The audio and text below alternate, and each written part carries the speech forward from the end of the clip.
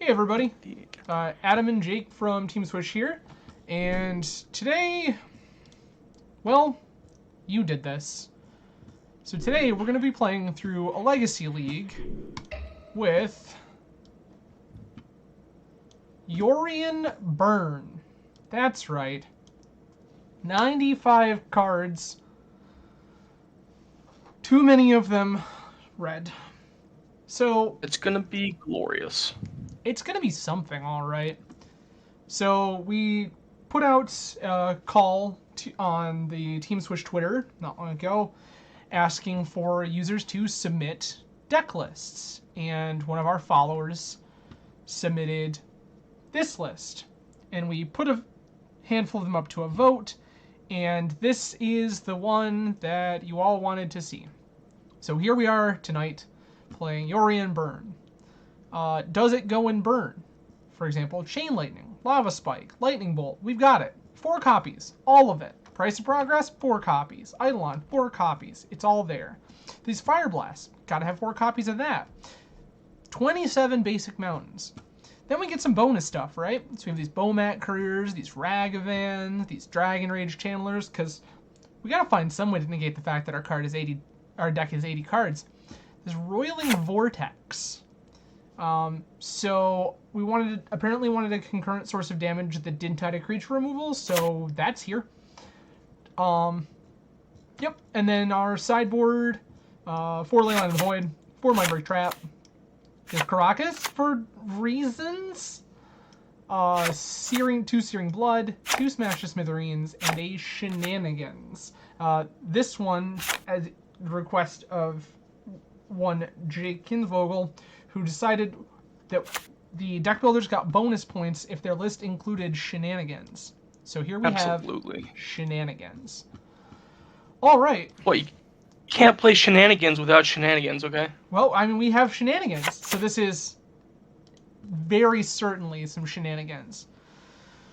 So, started ticks down the drain. Let's get into a match and see what happens. So, Jake, are you familiar with Legacy at all? Oh, only in the briefest. I've judged a few events, and I've accidentally played in one. Accidentally played in one, you say? Oh yeah, I definitely wanted to hold some time and buy some time over waiting for a sealed event to start, and was convinced that I should play Legacy with my modern deck while doing so. Reasonable. Well, we have took lands, Swift Spear, Goblin Guide. This all looks like things we do. I think we're just supposed to keep this. Sounds fine to me. I mean, okay. Your Ponder resolves. So, when we're playing this deck, if we get Thought Seized on 1, do we just shame concede? I mean, we should play it. We should definitely play it. Okay. Good to know. Was unsure. Why have viewers watch us concede when we could just play it anyways?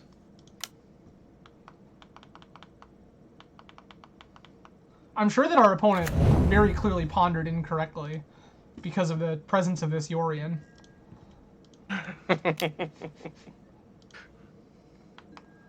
Oh, good. We're just dead. This is Doomsday. Yikes. Well, okay.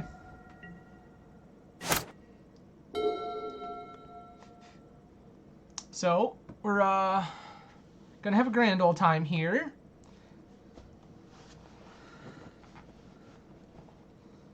We're probably just gonna die to a Doomsday.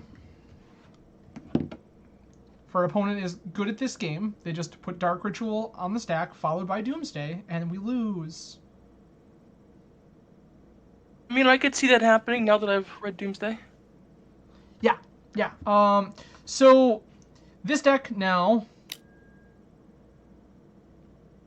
they they're kill us Thassa's Oracle. There's our Dark Ritual. Good. Here's the Doomsday. Let's go. Yep. Good plan. It's all up from here. All right. Yeah, so this is great. So they go to 9. Can we do 9 points of damage? 1, 2, 3, 4, 5, 6, 7. If we draw exactly Fire Blast, we have a chance. And that is if our opponent's hand basically has no cards on it. So the kill here is Thassa's Oracle. And if I were our opponent, I guess I would be trying to win this turn. And, yep, so Street Wraith and Edge of Autumn are cards that cycle without costing mana. There's another Wraith. There's a land. You got a Lotus Petal? There's a Brainstorm. Okay. Petal. Petal Oracle.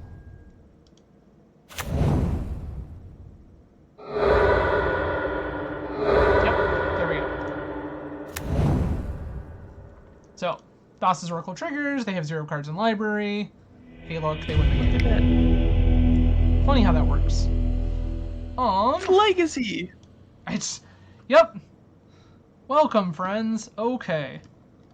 What do we... Oh, gross. Price of Progress is probably terrible because they don't need that many lands in play to win the game, and they play basics. I want all 4 of these Mindbreak traps. What do we... I'm probably going to cut these Lava Spikes in favor of these Ley Lines. Because I would much rather not play spells at sorcery speed if at all possible. I guess Spike is... No, Skewer is better because they do sometimes play sideboard creatures. And then nothing else here looks good. I mean, Joe, you did this to us. This is your fault. Yeah, I guess. Sure, I'll play first. Show you a noodle. Yes? I think we just keep this. Sure, why not? It has this ley line. I don't know that our hands get any better.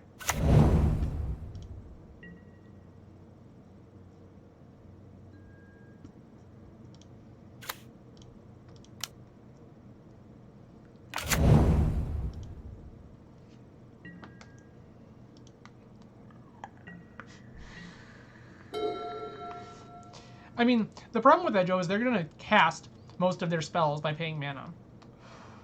They're just going to generate mana through means like Dark Ritual.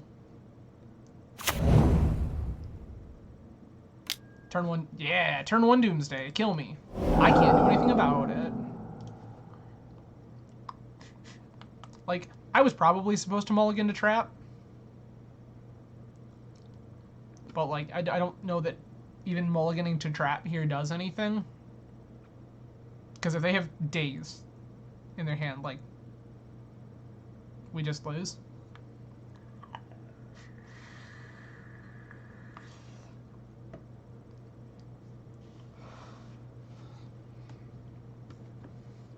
guess the question here is I don't know.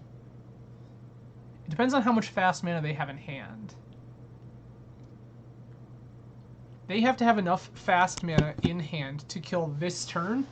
Otherwise, between Roiling Vortex and Fire Blast, we might actually just kill them. Roiling Vortex, it's such a good card.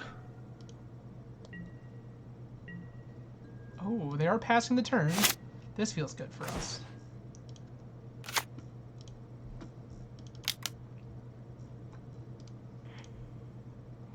Always yield. That I don't care about that at all.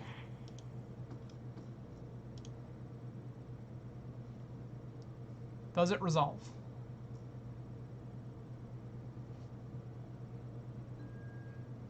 It does not. Okay. Will not pay one.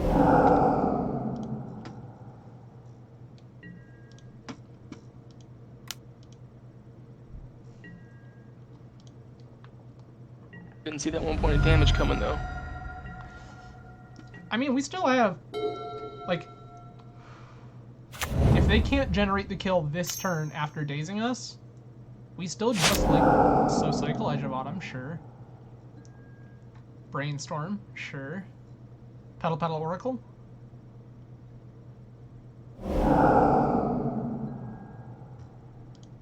Okay.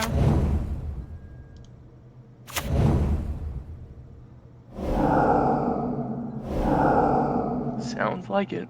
Hold on.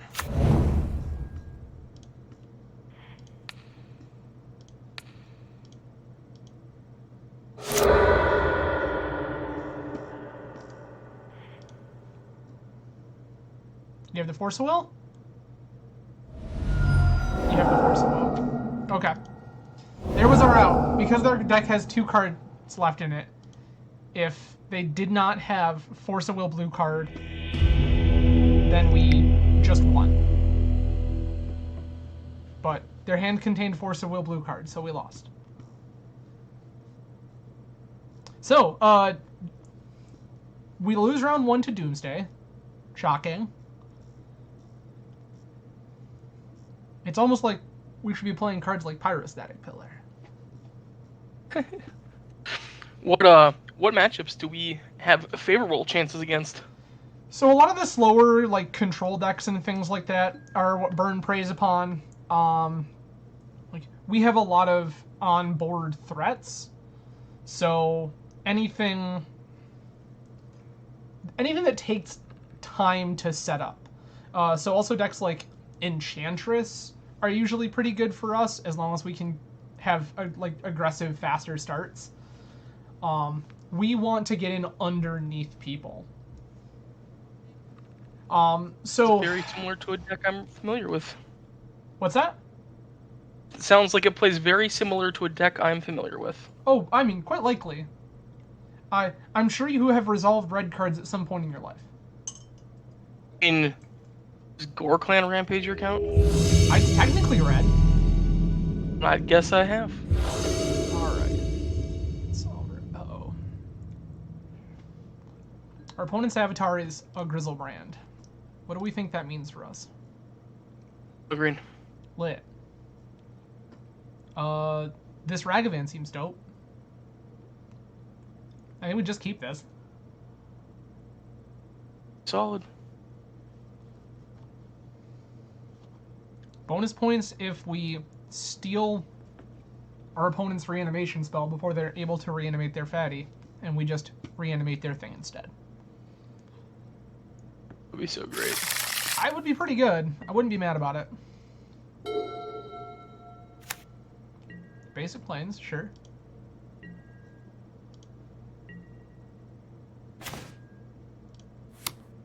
Alright. Opponent showed us basic planes.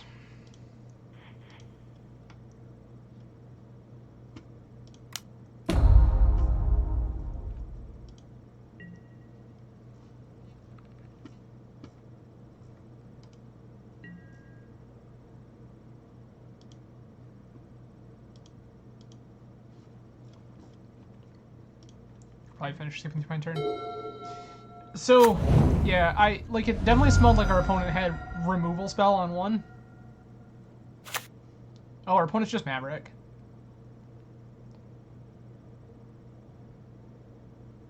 Show me Thalia? Green Sun Zenith, sure. That's all fine.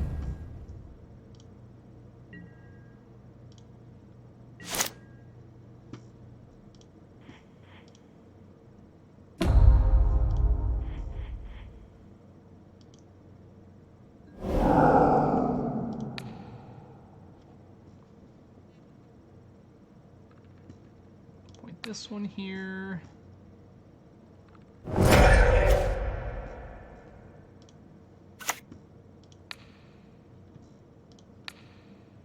Nope, I don't think we want the chain lightning here. I think we want to spike them.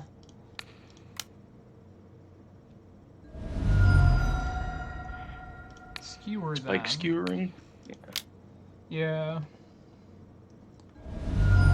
Because they're definitely still real hard telegraphing as swords to plowshares.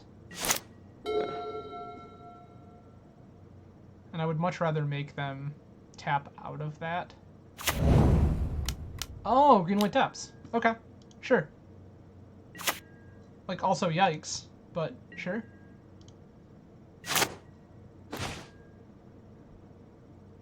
Alright, well. What if we take this Knight of the Reliquary off the table? Sounds like they won't be happy, and we will. That's what we're hoping for.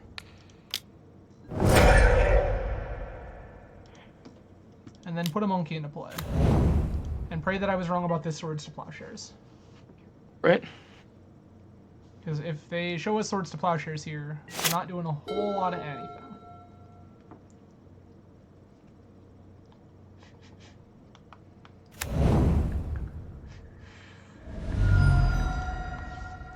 I'm also not sure how we ever beat a Merit Lage. Yep, and they have also decided that the same is true. Nice. Yep. Bad news. Oh, very bad news. They make a giant 20-20. Yep. Our deck and does... We have a monkey, and monkeys are strong. They're not 20-20 strong. All of this is true. We're playing the wrong monkey to deal with that Merit Lage. Need a tree monkey in our lives. Sure. Show me more of your deck. Oh, Windswept Heath. Gross. Reasonable.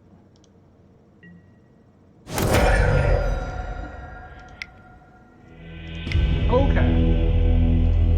Well, we're gonna bring in this Caracas, that's for sure. Yeah, that sounds like a good one. All of their threats are graveyard based. We're gonna bring these ley lines. Roiling Vortex, once again, not great. Price of Progress looking stellar.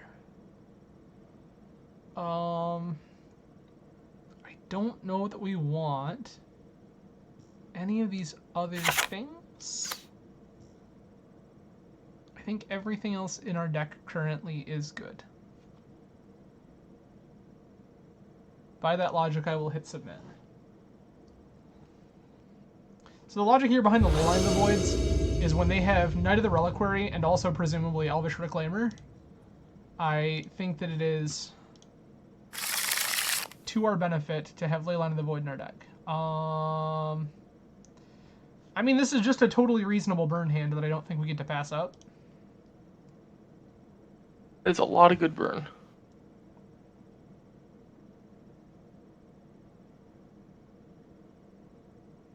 It's possible Goblin Guide was supposed to go because we don't want to be feeding them lands, but also Goblin Guide is just such a strong threat.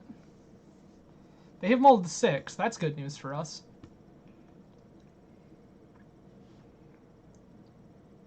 Also, I don't know how we ever beat a Glacial Chasm.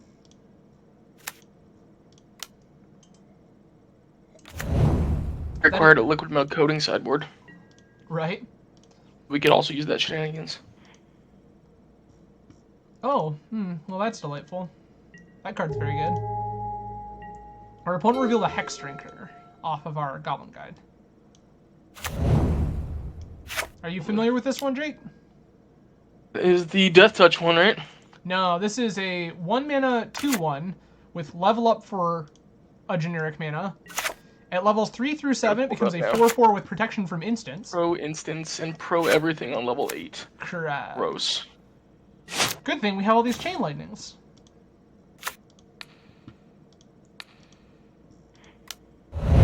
Oh, also, we randomly have this Yavimaya now. Yeah, we could have been playing Spore Frogs all along. We could have. Well, we fed them a forest. So we're sure that they can make green mana.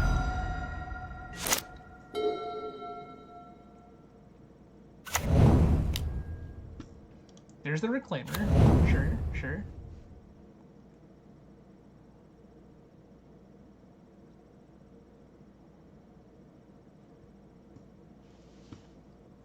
what else are you considering here?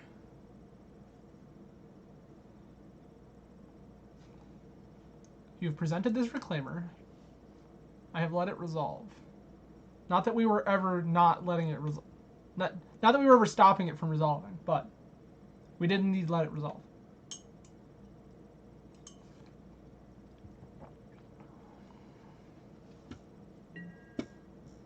Okay. Sure. Ooh. More threats.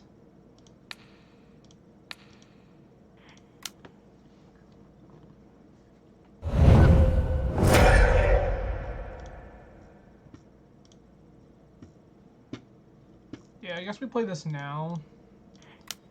Because that way, if they... Yep. Crop rotation. Cool.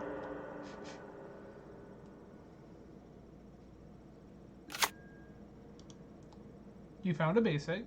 Congratulations. The basic off their crop rotation? They found the basic off of Flagstones of Trocare. Oh, yeah. Oh, they found Mazavith. Well, that's annoying. Gross. I mean, I guess we, at least the first time, make sure that they use the maze. But attacking with this Goblin Guide now feels very bad. There's a Crop Rot. Okay. Yes.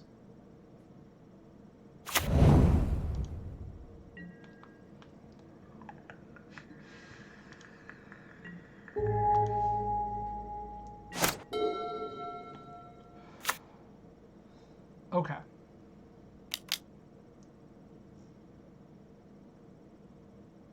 You've tapped 2.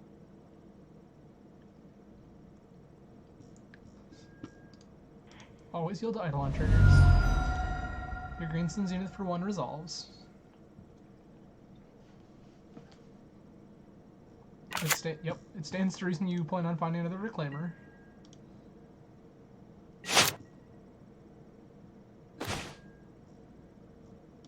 Suppose we just keep playing these.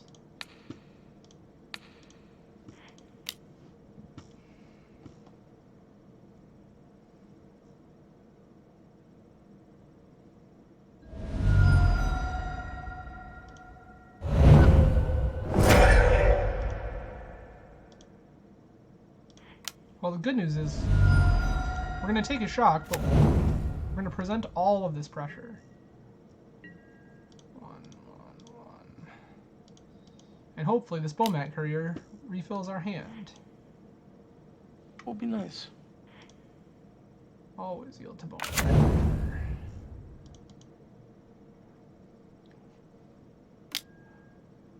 Yeah, that's fine. You showed me Sajiri step. Sure.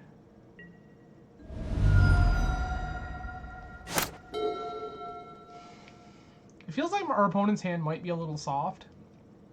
Because they rotated for Mazavith. Not removed anything yet. Okay. Find another Reliquary. Sure.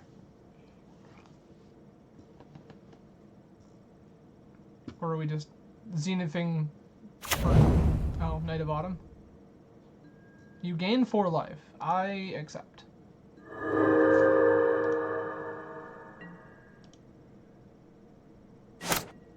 I feel like that was not the thing to do. Interesting.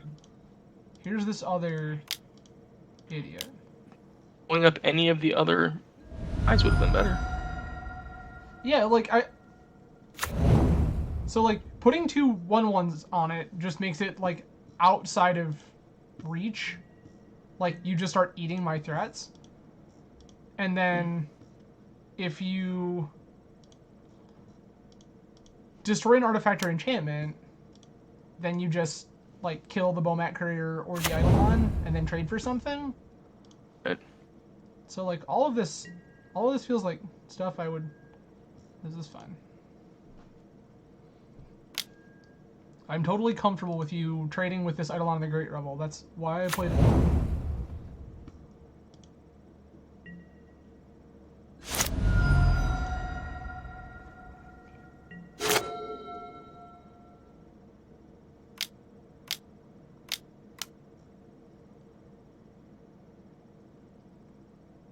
Okay.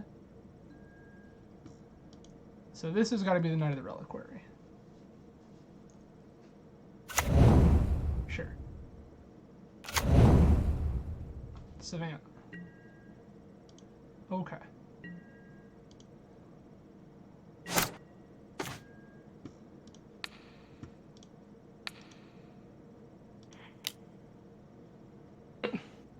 Right. That's the kind of card we wanted to see. Okay, you have crop rotation. That's fine.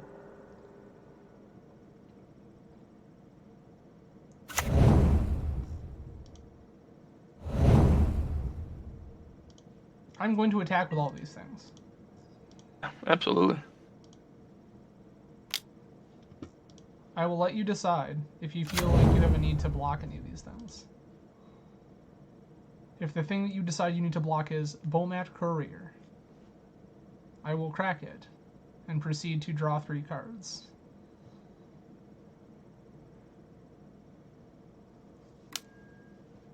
Sure, you have mazed this thing. We're still going to clear attackers.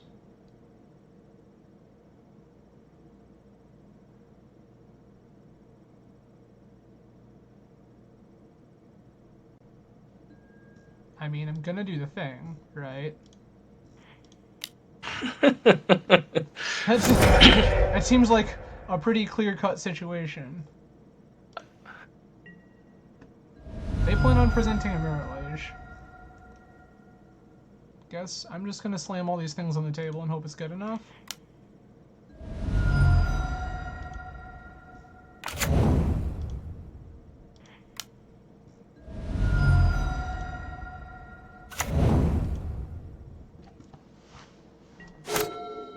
Okay, you have a 4/4.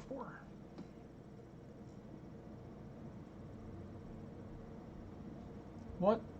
I mean, the answer is they plan on making a 20/20. Right. We just hope that we can kill them before this 20/20 matters.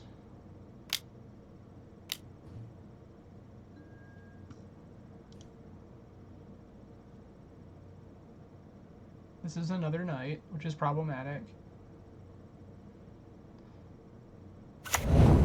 Oh, Sylvan. Okay, awkward. Sylvan Safekeeper, sure. Step, sure.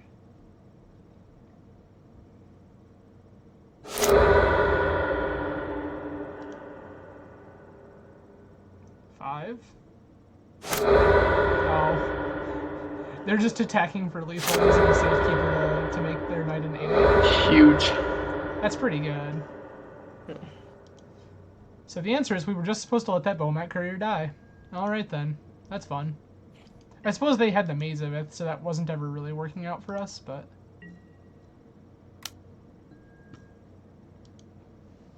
Well. That was exciting. I have seen Knight of the Reliquary players, like, wasteland themselves enough. Never just, like, sack a bunch of lands to this Sylvan Safekeeper. My knight is enormous. Well, alright. Well, if we're siding Leyline in, should we be mulliganing to going it? to Leyline? Potentially. So the thing is that, like, Leyline isn't... It doesn't completely shut down their entire plan, right? So what it does is it says, your Elvish Reclaimer, forever a 1/2. Your Knight of the Reliquary, forever a 2/2. But all their other threats are still just fine, and they can still just Depths combo us. So that's the reason I don't like the idea of mulliganing to it. Because, you know, we could go pretty deep and not hit Leyline, and then all of a sudden our game plan looks way worse when they're just totally capable of playing a super fair match or surprise Dark Depths. That's kind of the thing with that green-white Reclaimer deck, is that they have both avenues. They can just combo kill you, or they can play this really fair mid-range game. The monkey is an avatar, so we're good. I'm going to keep this hand that contains two 1-drop creatures, an Eidolon of the Great Revel, and a Price of Progress. This all seems very good. Basic Forest. Sure.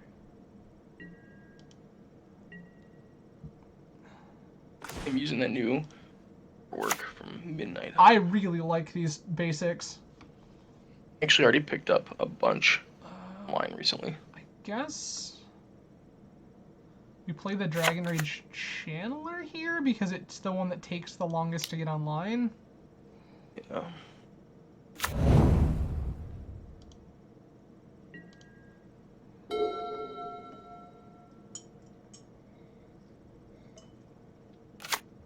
Okay. Zenith on 1. Get a vet, sure. Our opponent is on Bug Nick Fit, which is rad.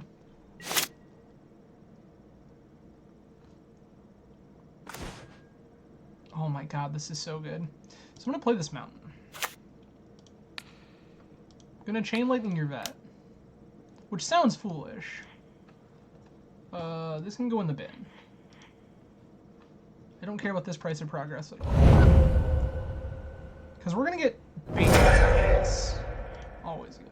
Seems good for us. It really does, because we happen to possess a lot of basic lands. I'm gonna put these basics into play. This Eidolon seems very bad. I want to cast this Goblin Guide. Is that cool? Go for it. I want to dash this Ragavan. That one too? Cool, great. I'm going to attack you for 5.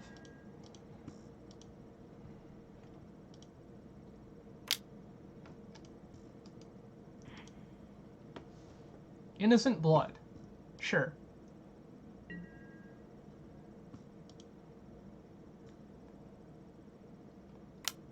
It's a strange card to... Yeah. That seems correct.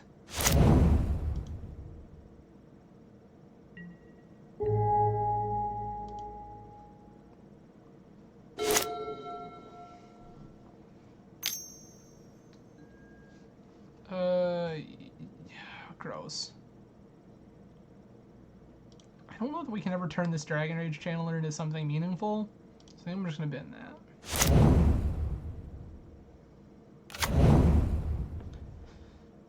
I see. Savannah. So many... Okay, this is all fine. Swift Spear. Go to combat. Hit you.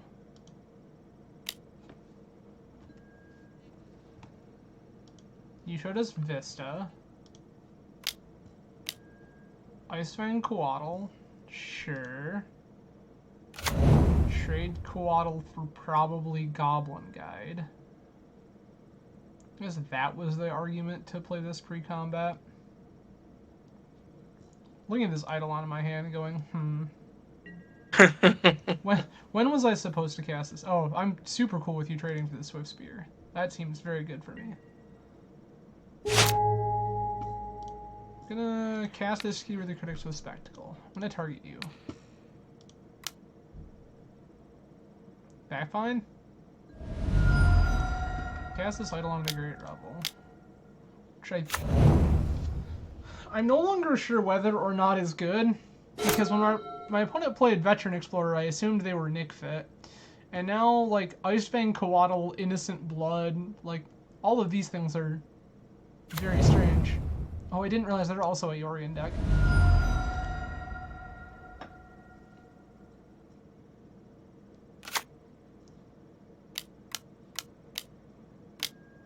Titania, sure.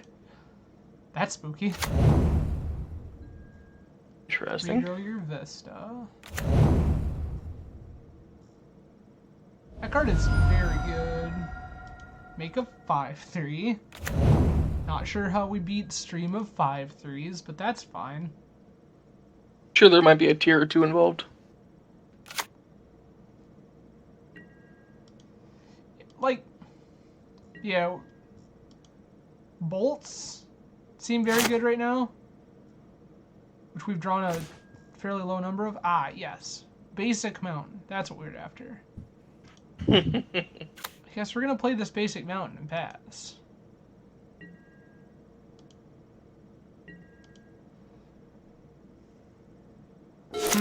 Well, this is precarious. Ah, oh, good. Field of the Dead. That's what we wanted. Lovely. Yeah, that's very bad for us. Uro. Okay. It's getting better and better. 1, 2, 3, 4. Just trying to figure out.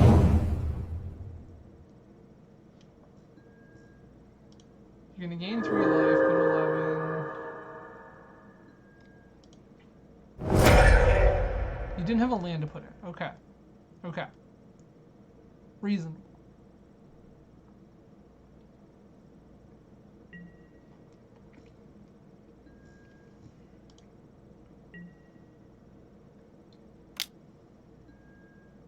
Alright, yeah.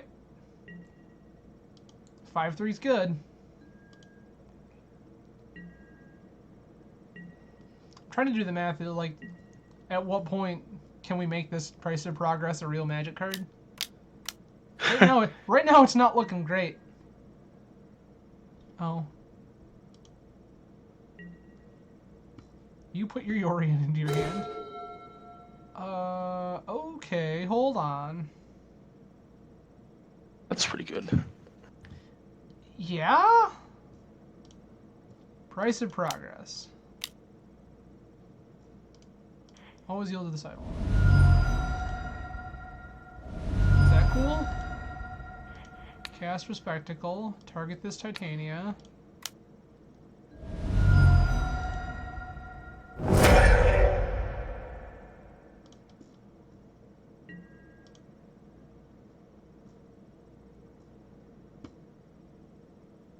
I think I'm just supposed to attack with Goblin Guide.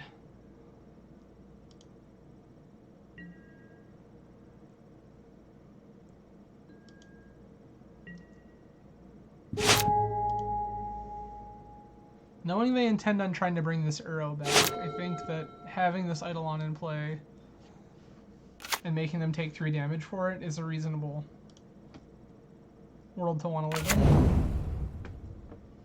You made another 2/2. Yeah, green, green, blue, blue Uro.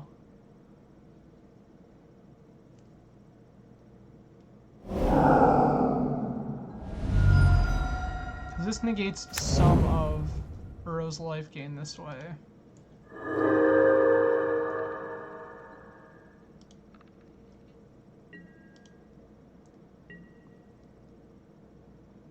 It's very plausible I just died at this 5/3 though. Yeah, it's not looking great.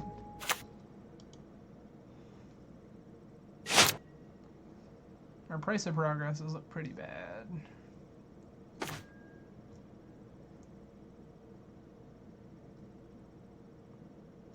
Does that do anything? No? We cast it, we go to 4, can't block damage. Alright, well, that's it. Gonna wrap it up for us. Neat. So, once again, this Leyline of the Void looks great.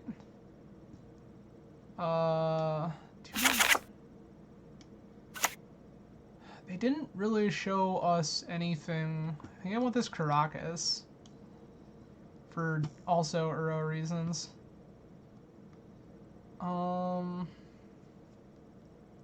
And things I think I don't want.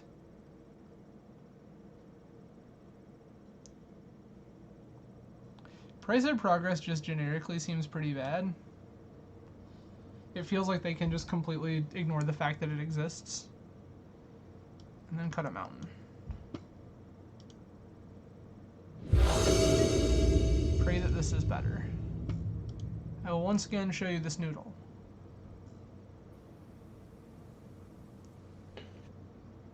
So Jake, I know your format of choice is... Oh, this seems great. I know your format of choice is Commander, and the companions don't function the same way in Commander, but have you played around with any of them as, like, generals yet? I've actually run some of the companions as companions already. Oh, yeah? Yeah. I've run... You can't do Yorion and the Otters band, but I've done Karuga, I did Kruga paired with Anamar. I did Mori paired with Penrith as just straight creatures and nothing else in it. Okay. It was a mutate deck for that one. Did I remember all the companions right now. I haven't done Luris yet, but Luris is in a deck right now. I've just built Carador again, and it's in the Carador deck. That's cool. The companions. Rude. I have not done Kira yet. Okay. I'm missing a couple still. Throw it in my phone here and figure it out. Alright. I've not done Garuda as a companion yet. And Obosh is on the list. I've not done Gigantha yet either. Gigantha, I mean, other than obviously... Zerda's on the list. I say, other than obviously Lutri, like, Gigantha is the one that feels the most inherently commander to me. Yeah. I do want to do a Zerda, because I think Zerda would be hilarious. Activated abilities. Yeah, they're pretty great. Nice scavenging ooze. I don't think I've actually run any of them as a commander. Run them all as companions. Okay. Was looking at Luris to run as a commander, just to see if I could mess around with it and see if I can make it function. It seems potentially interesting. Yeah, I figure you could probably go like a basic Cheerios type feel to it, and then like an Aetherflux Reservoir or something. Yeah, I could see that.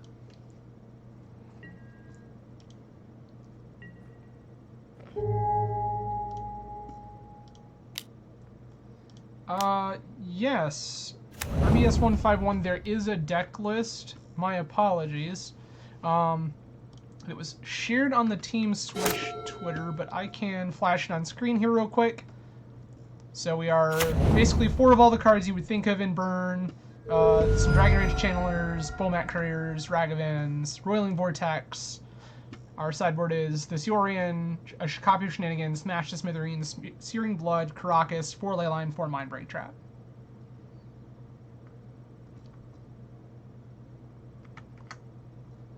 Our opponent is sacrificing this Marsh Flats. Okay.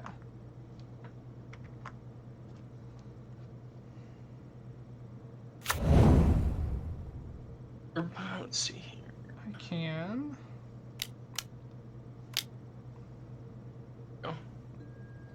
BS151, I got you.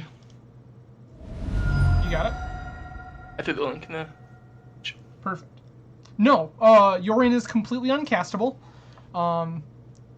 In fact, I made a comment to this effect that it would not be difficult at all to play some fetches and some plateaus, or the 8 canopy lands. Like, all of that seems very reasonable. Land 4 Manamorphose and call it good. We can cast our ley lines too. Sure. Oh, nice.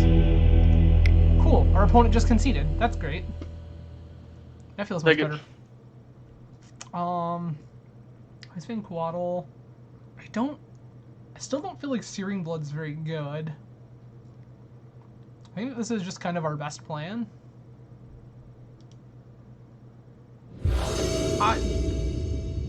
That is a great question. Joe, why is Yorion uncastable?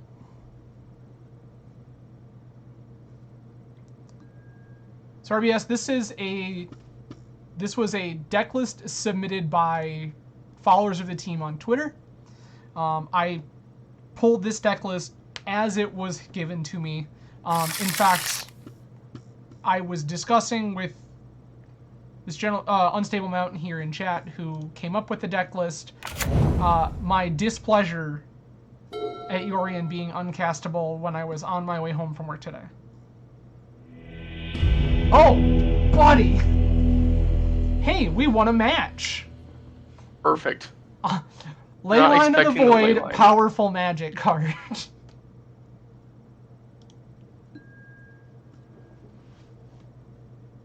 Apparently our opponent's sweet Nickfit Uro pile just can't beat a Leyline of the Void. That's good news for us. So the question here for you then, Adam, is did Unstable Mountain's list win by enough votes, or did it win because of the bonus points? Won by enough votes, actually. Much to my chagrin, it won by enough votes. It was something like 2 or 3 votes between that and the runner-up. Hey, look, we have to mulligan the Snowlander. We're gonna keep this one. I think I'm gonna ship the Swift Spear. So far, our Bomat Courier has been useful for drawing 3 cards, but not useful for killing the creature that we should have let it kill. Yeah, so we've seen Bomat exactly once, and we were playing against Green-White Reclaimer. So we had bolted their Knight of the Reliquary. They crop rotationed in response, chose to block Bomat Courier, and I chose to draw 3 cards over letting it kill their knight, and then we died to a 2020. So We died to the 2020. We died to the Reliquary coming back with the Sylvan Advocate attacking the lands out. We died to Sylvan Safekeeper sacking their lands to make Knight of the Reliquary an 8/8 after they played a Sajiri step that gave it pro-red, but we were also just dead to the 2020. Yeah, this is fine. All sorts of phenomenal to watch. Yes, so the answer is that we were 100% supposed to just let it trade off with the knight, and I got too greedy. Here's this Dragon Age Channeler. Is that one good? I'm supposed to be here to stop him from getting greedy, but I was greedy too. I mean, I think that you're probably just along for the ride at this point. Kind of let me do whatever. And that's a very reasonable stance for you to take. So... Do you want to pilot Infect? We can have a real conversation about that. Oh, I mean, we can do that too. Like, I'm a big fan of Glistener Elf and Blighted Agent and all of their friends. But you're talking about like a real Infect list, and I'm no. We can play the meme too. RBS 151. The creature without haste have been okay. The nice thing about Ragavan is it draws a lot of hate. So the stuff that you want to pressure their life total quickly, the Goblin Guys, the Swift Spears, the stuff like that, that usually sticks around because they're so terrified of, like, Ragavan. Dragon Rage Channeler is, I think the absence of fetch lands makes it feel pretty bad. In fact, I'm just never get it online. We'll be good to go with it, but I'm just gonna send this Chain Lightning upstairs because if I can turn this on, that would be delightful. Sounds fair. I think I want that. To put on top of my library. Strangely enough, I actually want that card. Play this land. Yeah, the absence of fetches has been one of the big, like, detriments to Dragon Rage Channeler. We were pretty close to turning it on a couple of different times, and it was just like, well, we have creature, instant, sorcery. Where is land? Yeah, you can brainstorm. Are you playing actual miracles and you're gonna put a Terminus on top, you animal? I was like, that's just rude.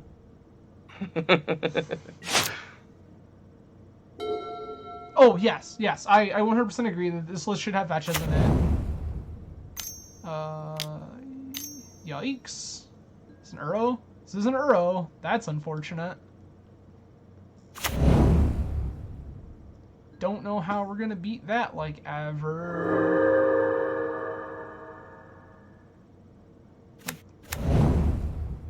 Okay. Literally gonna have to trade the Skewer on top of our deck and this Fire Blast for this Uro, and then just get blown out when our opponent, like, Force of Wills. Ugh. That's gonna feel great. Oh, it's gonna be so bad. Waiting for it.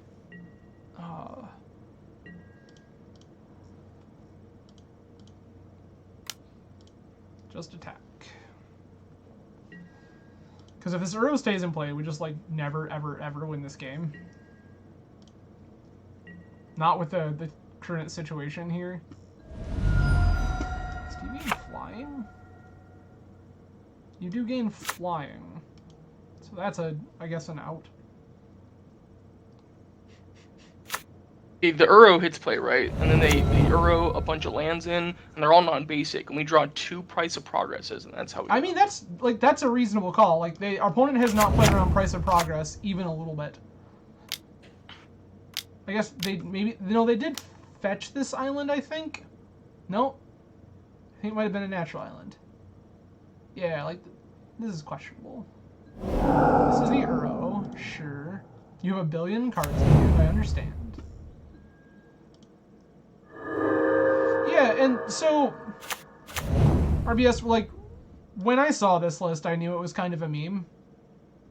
But also, this was here for... Oh, yeah, no, 100%. Like, all our spells resolving right now is, like, basically not a thing. Well, that's not bad, though. Gonna play the Swift Spear. Gonna play the Skewer.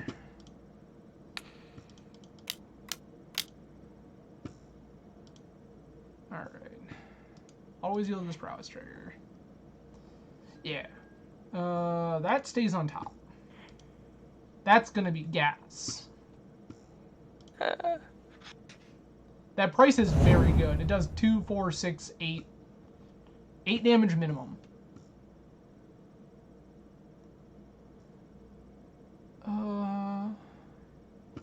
Yeah.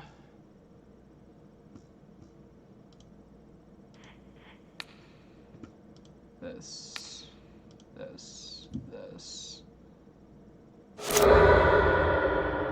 No, skewer to Uro. I want to try to get it off the table. The recurring source of life gain is just, like, so bad.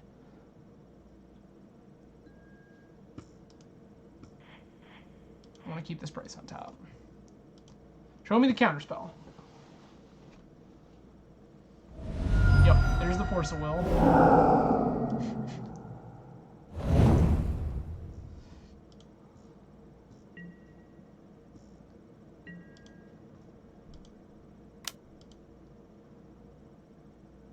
You get the choice. You want to take this 3? Yeah, you're going to take this 3.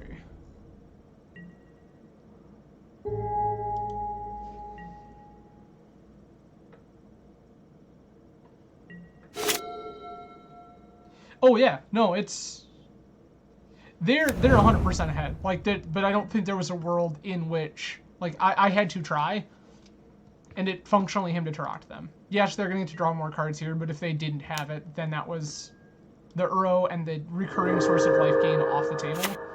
And I also know that I'm drawing this Price of Progress, which the Price of Progress again seems absolutely nuts.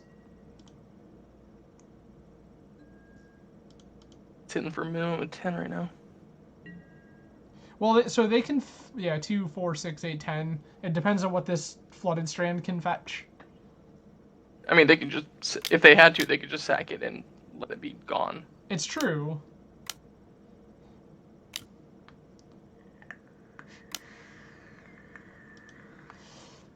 Yikes.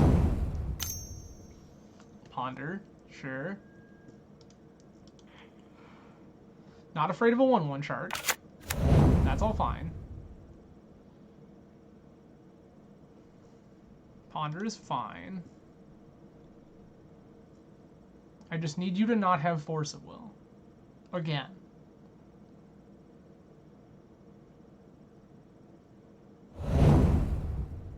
Yeah, their next Force is going to be terrifying. I really need them to not have Force of Will when I cast this Price of Progress, or the game is lost. Price of Progress now does 12. It's getting better. Okay. Like, this is it, right? Like, this is win or lose. This Price of Progress needs to resolve. That puts him to 4. Travail needs to turn that on. Yeah, we just have to surveil the creature. Yep. Force of Negation, pitch Force of Will. Yikes.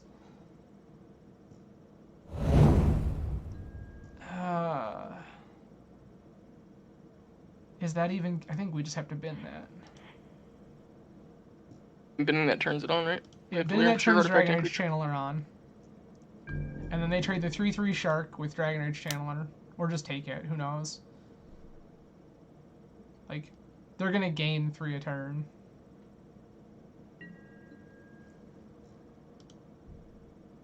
So the reason I didn't attack first is because if they have Force RBS, then they just... I guess I would have to then Price of Progress them in, like, block, after they declare blocks. Which was a very reasonable thing to do. Yeah, no, that was 100% the call. Just do it in blocks. Take 9.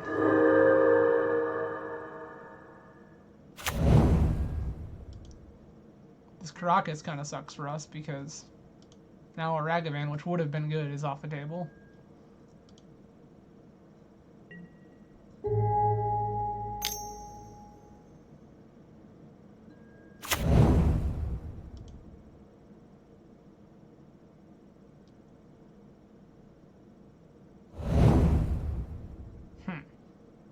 So what even gets us out of this? Another Price of Progress? 2, 4, 6, 8, 10, 12, 14. A price and them not blocking the Swift Sphere when you cast it? Yeah, pretty much. Or them not blocking a thing. Right. Correct, yep. And that was... Yeah, RBS, that was what I was just saying, is I definitely think that... Oh. And they played another land.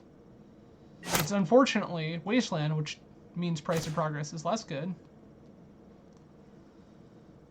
Yikes.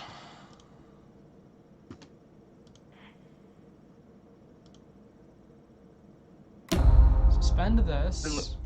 3, 4, 5, 6, 7. I have to block Uro. I need to block another thing. I literally can't attack.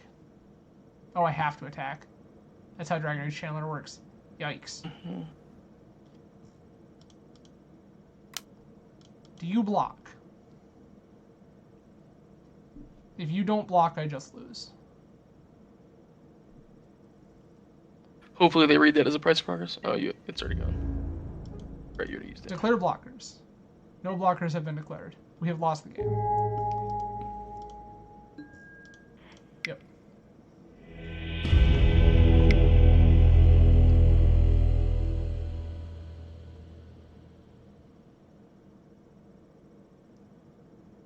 What? Leyline Avoid? I feel like that's coming in. Yeah. Yeah, Leyline, again, seems great because it's a way that we can stop Uro from doing Uro things. His Price of Progress looks great. I think Lava Spike's coming out here.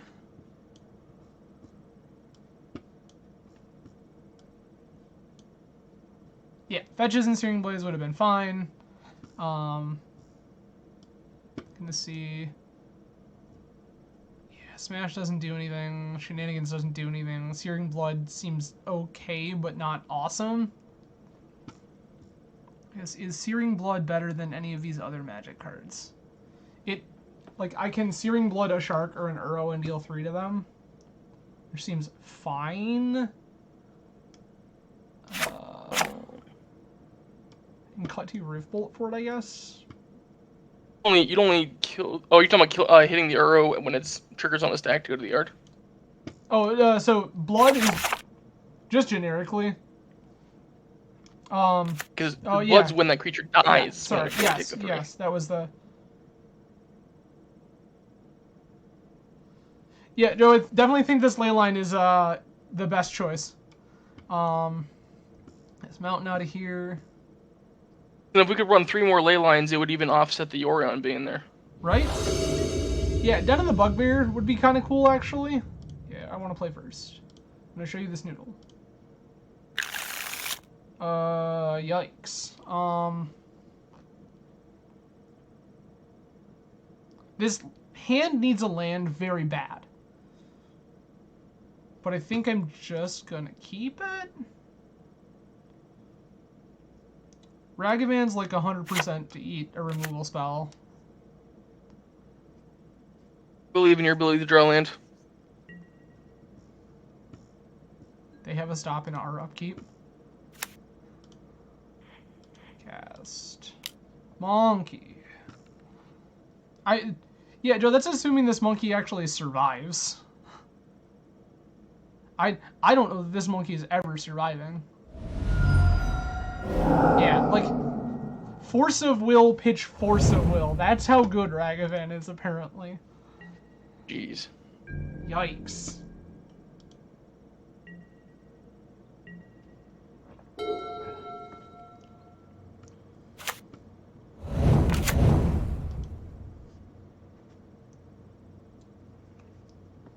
I think Monkey's fine. Like, if for some reason you were like, I need more cards in Burn, and you wanted to play, like, I think that Yorion is a reasonable include. I think that if we're talking, like, a traditional Burn list, I don't think Yorion is, or, Monkey is worth it. Sure.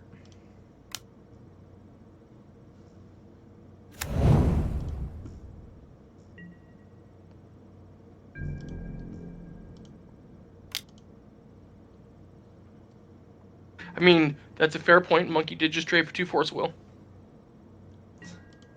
Yeah, I mean, and it definitely did. And I think it is a threat that people are scared of right now because it's new and everywhere and doing very, very well.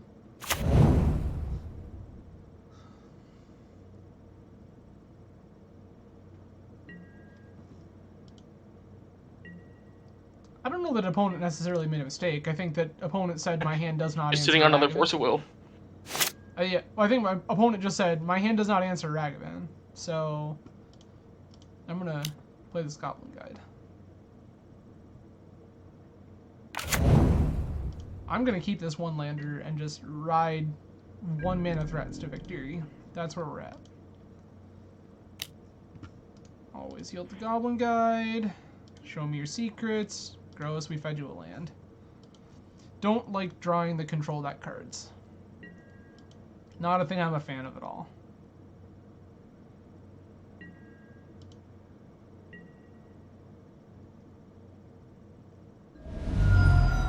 I mean, not exactly him. It was like a mind rot, but yes.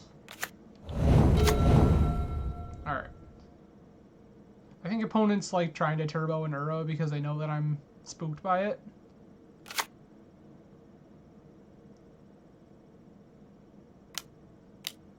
Yep. Oh, ending. Sure. I don't care about that at all.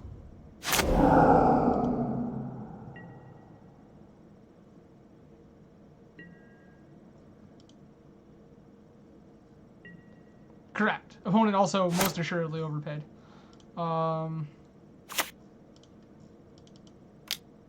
Easy mode. Put this Rolling Vortex into play.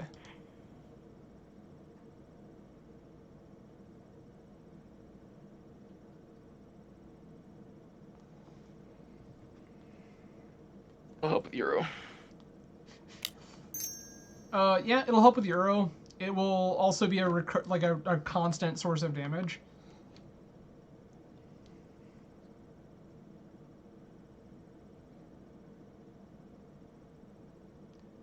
Joe, I'm aware that suspending Rift Bolt will 5 us. We will suspend Rift Bolt only if necessary.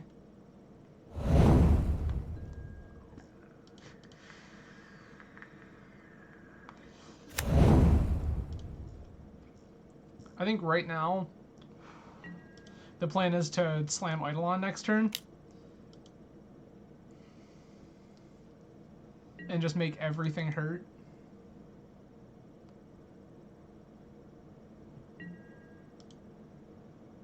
Making everything hurt seems like good news for us. Always yield to Rolling Vortex. Is making everything hurt the good sign, or is keeping the 1-up for the Rolling Vortex on he can't gain life better?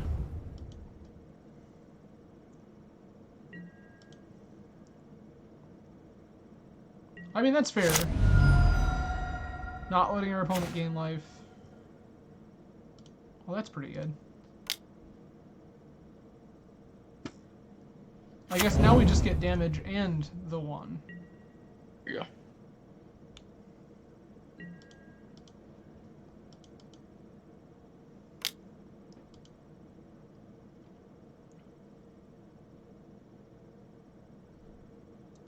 I mean, RBS, you're talking about the heuristic here that Swift Spear is more damage as a general rule than Goblin Guide.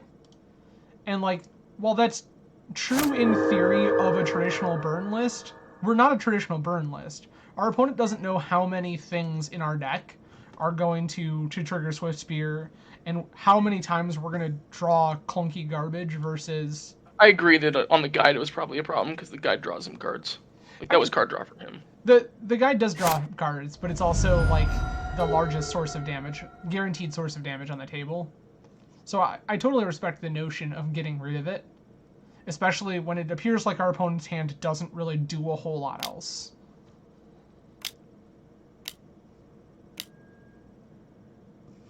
Sure. I would love nothing more. Yeah, you can brainstorm. That's fine. I don't care about that. I'm gonna chain lightning this chase. Yes, clunky garbage. Do you see how, like, half of our hand right now costs 3 mana? Clunky garbage.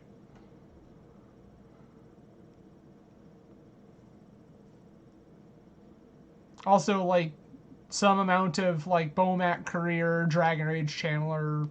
There's, my point being, enough of our draws don't interact well with Swift Spear that I think that's unreasonable. I did cut a land. You're correct. I think cutting land... Well, I cut a land for Caracas. I cut a land for a land. Ah, good. Leyline of the Void. Welcome to the party. Goodbye, Jace. Please Force of Will. I dare you. I double dog dare you. You coward.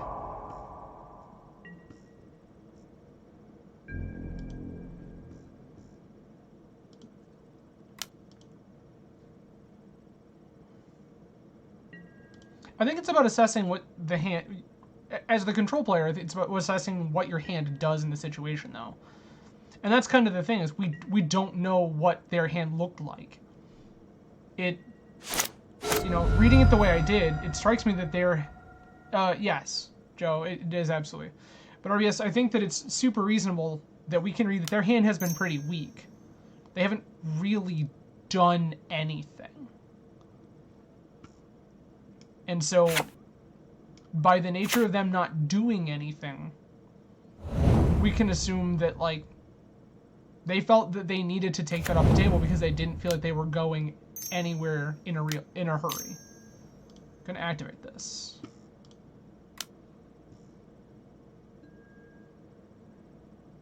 Love it.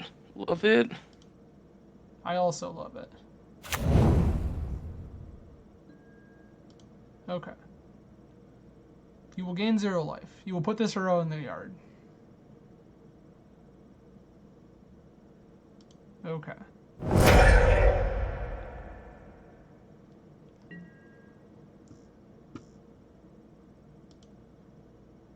I mean, I would argue that ending a premium removal spell in this particular matchup is questionable. Like he's reading his cards, though. Our opponent is dead. If their hand... I mean, it doesn't matter. They're just dead. I'm going to attack you for 1.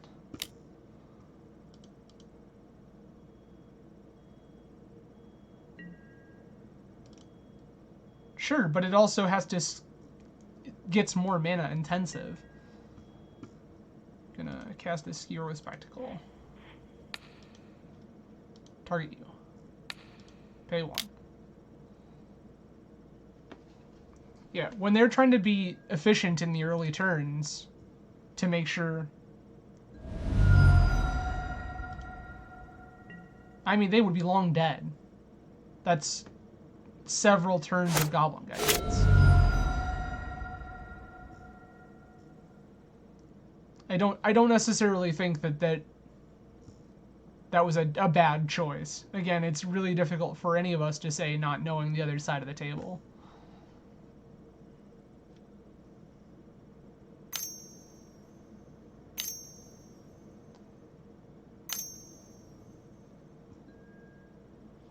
Sure. You've played an Endurance.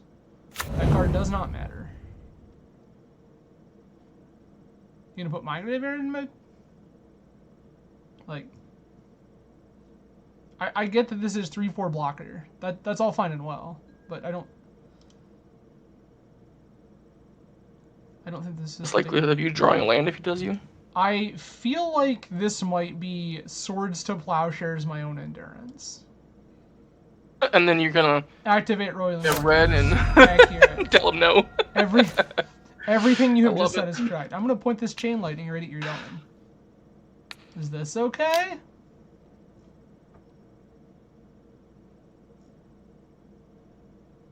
Burn spell. Nice. Tell me that swords make me laugh.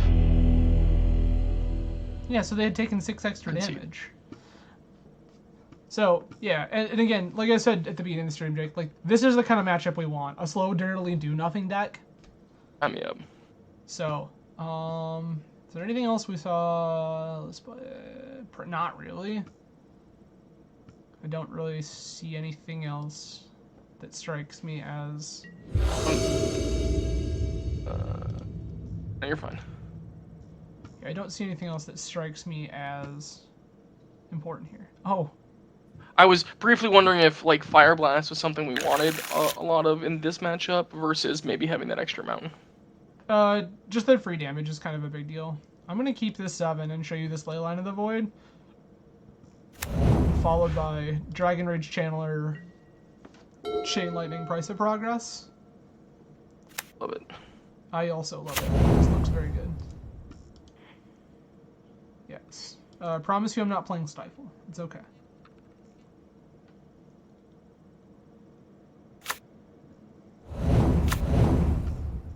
Start running those vexing shushers. There you go.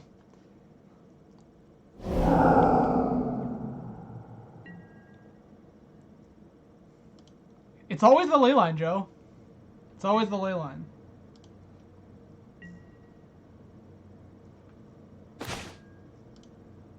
Mountain, I happen to notice a lack of Manamorphose and Spore Frogs, so, like, I can't give you best deck builder title, but, like, you can have honorable mention.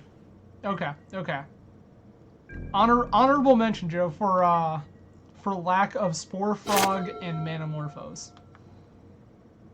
You've been. I mean, it could have been Lotus Petal. It didn't have to be Manamorphose, but, you know, something to cast that Spore Frog. Okay, okay. I mean, Petal does also... Petal and Manamorphose also let us cast this Yorion that we're not ever interacting with, so... I mean, you can do all the damage... I don't care about the Yorion. I care about the Spore Frog, but... I mean, ¿Por qué no los dos, Jake? ¿Por qué no los dos?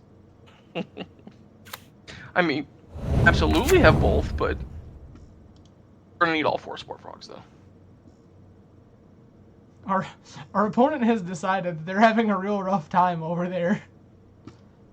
Yeah. Currently, they've cast 2 Ponders and a Brainstorm looking for something. Probably a removal spell for this Dragon Rage Channeler. Little do they know it's not very good.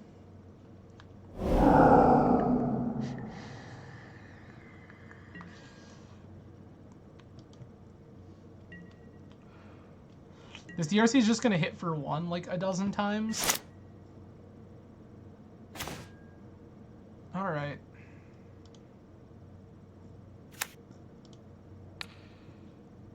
Gonna cast these 2 Chain Lightnings at you. How does that make you feel? Lost, hurt, confused? That Vortex looks pretty good. I think I'm gonna keep that.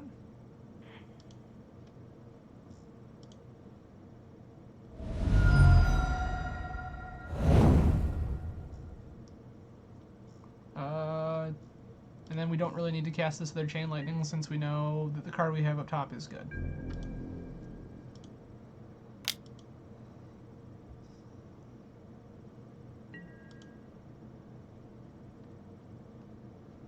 And I would definitely say that the card that we have up top is good. Yeah, this is what I was talking about the kind of slower time to set up decks, Jake, is that by putting this Roiling Vortex into play, our opponent's just going to stare at us. And they're going to go, uh-oh. Like, this is the thing that killed me. A lot. And they've already been scrambling for an answer, presumably this Dragon Rage channeler. It stands... It smells to me like opponent has endurance. You don't have to convince me that Whirly Vortex is good. I love that card. So I was talking to Green Sunsphere Sport. A Force of Will, exiling an Uro. Okay, that's good. I think I'm just gonna bin this mountain. I mean, Uros don't work for him anymore.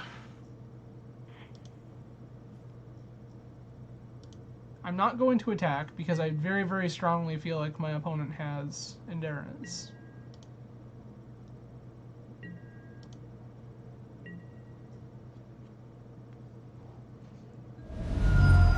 Fetch. Yup. Show it to me. Prove to me that I'm right. Oh, no? Okay. Interesting. We've decided to hold on to it now because I know about... because I sniffed it out? Is that what we're doing? Because that whole line of play screams, I have endurance.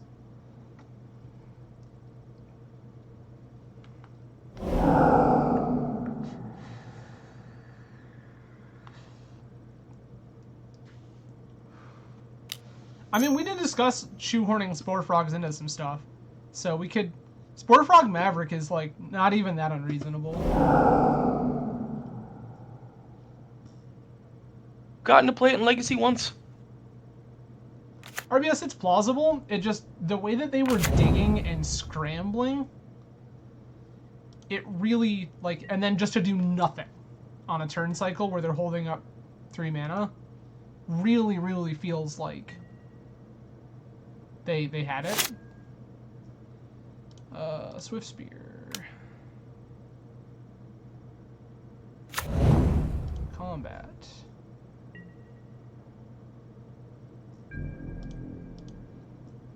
Attack. Spore Frog, in fact, there we go. Yeah, well, see, Stable, I'll have to tell you a quick little 3, 4, story here. Legacy deck that I took into 5, a 6. if you were in the Michigan area, a BC Comics event.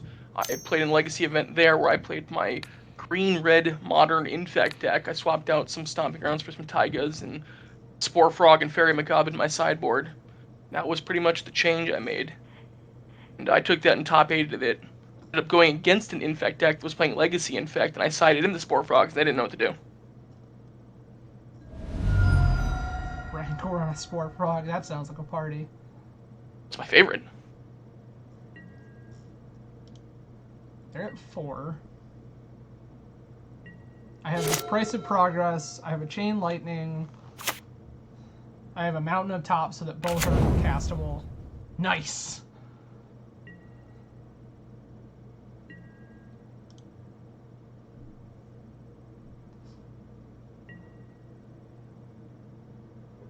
Alright. Play this mountain. Go to combat and attack you for lethal.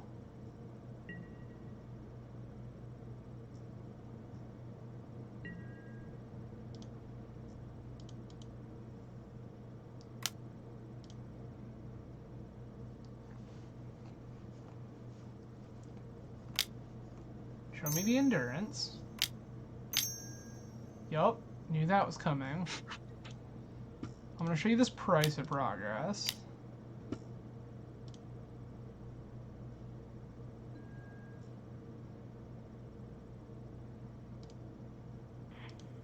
Skewer doesn't matter.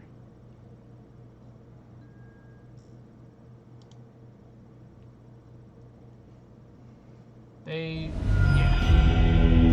Hooray! We won 2 matches. How in the world have we done this? I helped. You did indeed, Jake. You did indeed help. Golgari Brown Scale on the side of Blue-Black Madness with 0 green sources. I mean, like, that's... Yeah. I mean, sometimes just, like, having that graveyard tool matters. RBS, are you playing Tortured Existence in Madness?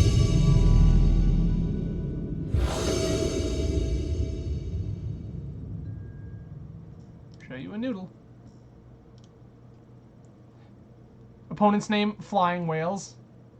So we showed them a sky noodle. Look, we too have a flying whale. Maybe it's a bird serpent, maybe it's a whale.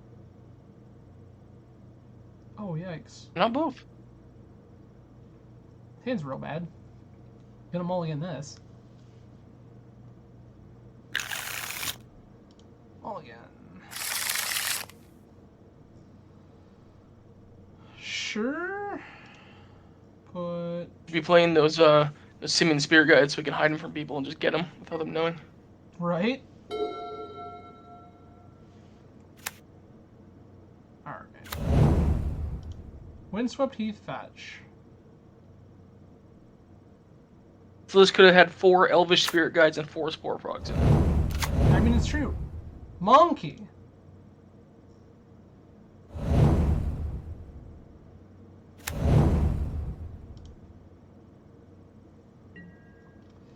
Windswept Heath, Fetch Taiga, Cast Monkey. Oh, is this Landfall Zoo? This might be Landfall Zoo. Oh, well. That made this pretty straightforward.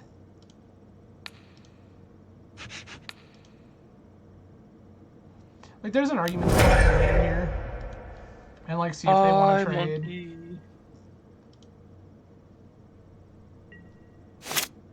Transformative sideboard into Dragon Stompy? Sure, why not? Alright, opponent's hand doesn't do anything. That's good for us.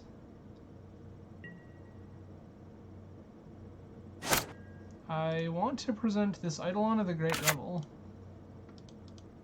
I also feel like this Price of Progress is going to be very good if this is the zoo deck that I think it is. Oh, probably. So far, you've been pretty good at calling out what the decks are. Remember that bug deck that wasn't what it was?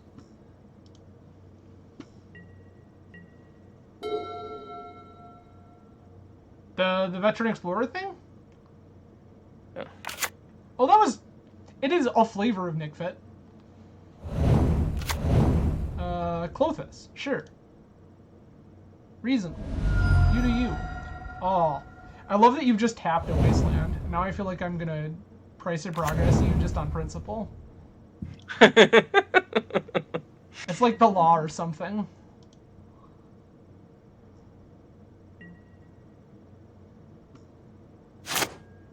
Alright. Play land.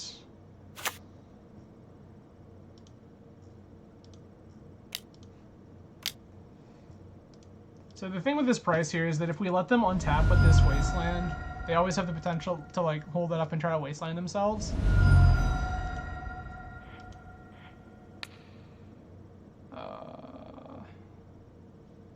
Take our damage here, I guess.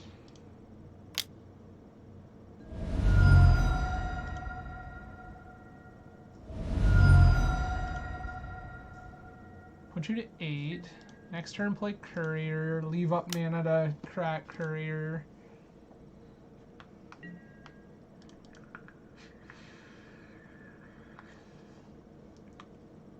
Wouldn't hate seeing another Price of Progress.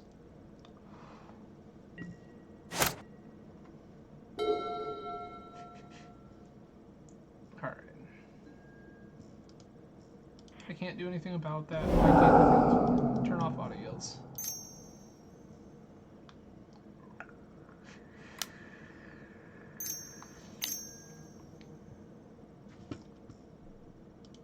Yo, what?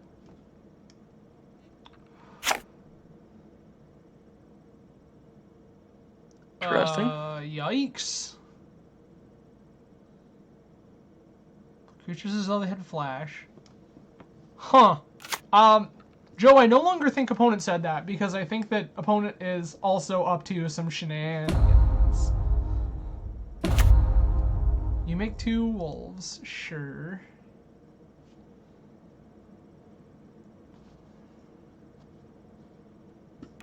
It is day.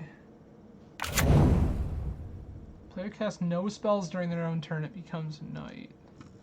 What is? So it only cares about active players. Right.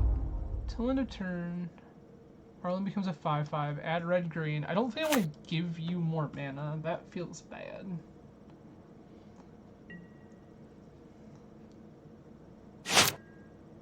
It would seem so. And Just have to cast a spell to make him not flip. yeah, we're gonna cast this Bowman Courier. It's just not attacking, I don't think.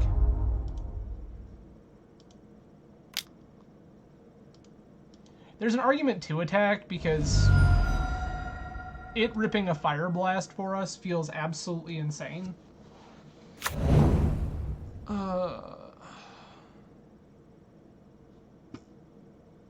Combat? Yeah, it's... Do you have to attack a player? How does Bowman Courier read? Whenever it attacks. When it attacks. Send you at Arlen? This one at you. Always yield.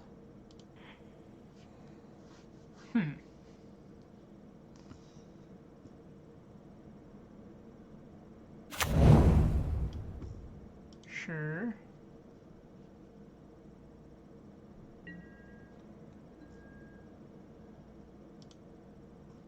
Crack this.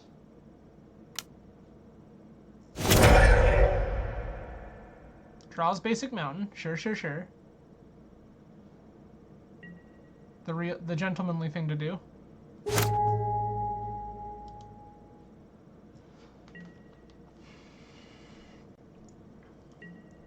What's kind of spooky too is this, like, this Clothis is gonna kind of dig them out of the hole they're in a little bit.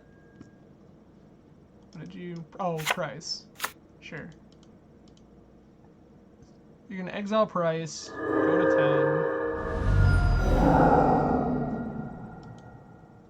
You're gonna attack. Why did you? You didn't plus Arlen? Oh. Yeah. Why didn't you plus Arlen? That feels.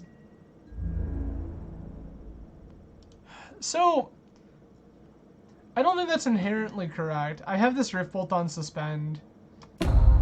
So, like, this Rift Bolt answers this Arlen. I just need a threat.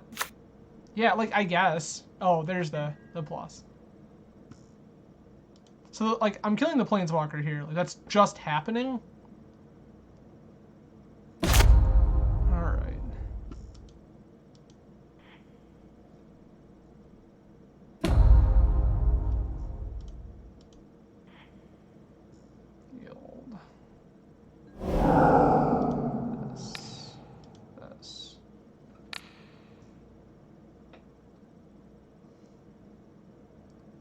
And, like, answering a 2/2 is not out of the question. Like, the Colchis is a little spooky. There we go.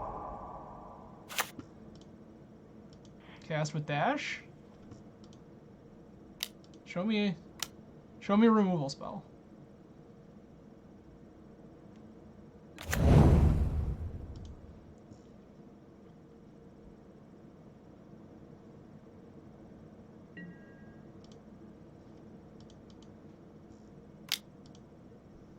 You say they gain 2 life per turn, and there's no real answer for this, but we have Roiling Vortex, so we can stop their life gain. Oh. Collector Oof flashed in off Arlen's ability? Sure, sure. Okay. Like... Yikes. Oh, I forgot about the 1/1 counter. That's rough. And a Bird of Paradise? Sure. Also, sure. This is... Yikes. Now we're in all sorts of problems. Yeah, this isn't good. Just put the oof in front. Yeah, that's bad.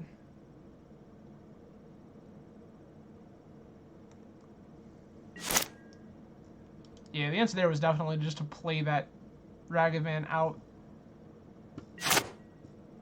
as a for 1 mana instead of dashing it for 2, knowing that they had. Yeah, I just did not consciously think about Arlen's letting them flash in creatures being the thing here that mattered, but that's kind of rad. 2, 3, 5, 6.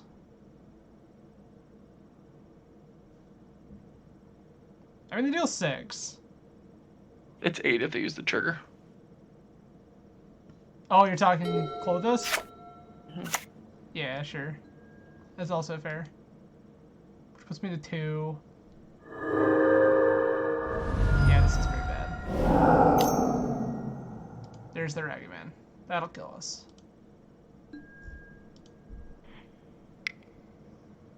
Okay. So, Searing Blood feels very good. Mhm. Smash to Smithereens doesn't feel like it does anything. Leyline doesn't really feel like it does anything. Caracas, it feels reasonable because they have... Yeah.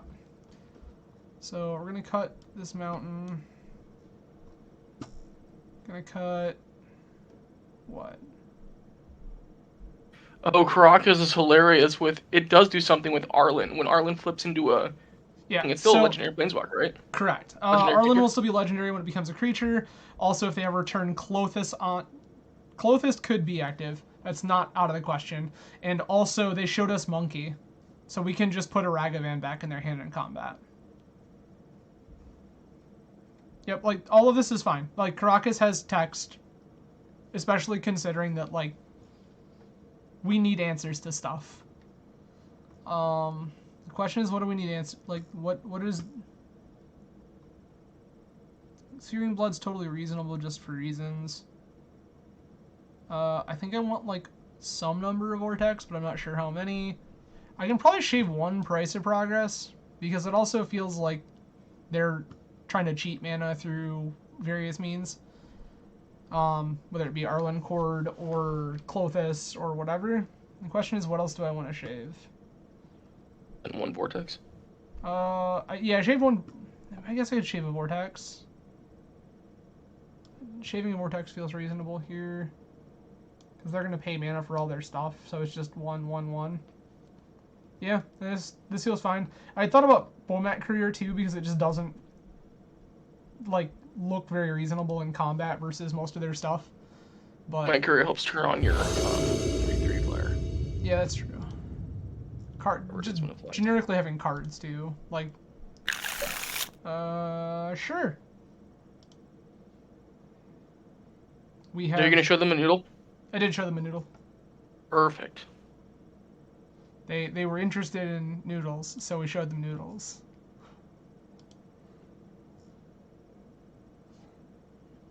I mean, I think that once you're in game 2, it doesn't really matter, right?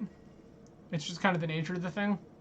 I suppose that it is feasible that between some combination of Ragavan, Treasures, and Caracas, that we could, I suppose, cast a noodle. Oh my goodness, Ragavan can cast a noodle. Didn't even think about it. Yep. Ragavan can let us cast a noodle. I'm just going to say, if tonight, before we end, if there's ever a point where you have 0 things to do, I vote put noodle in your hand. Yeah. Yeah, RBS, so that's the plan right now, is into Eidolon. It just kind of depends on what they do. Like, obviously, if they show me a Ragavan, like, I want to answer this.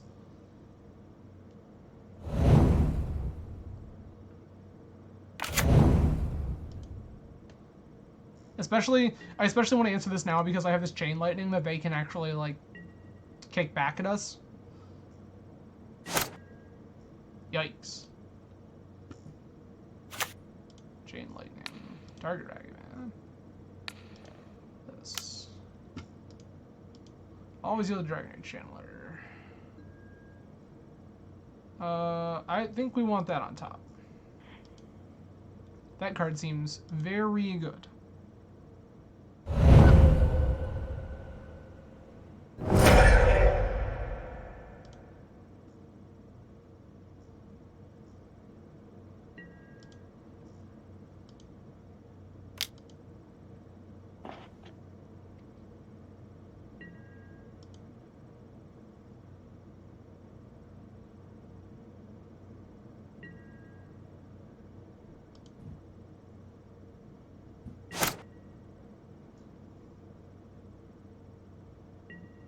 So our opponent just dashes another Ragavan, and I get real sad because then they exile the Price of Progress I really want to cast at them. Sure.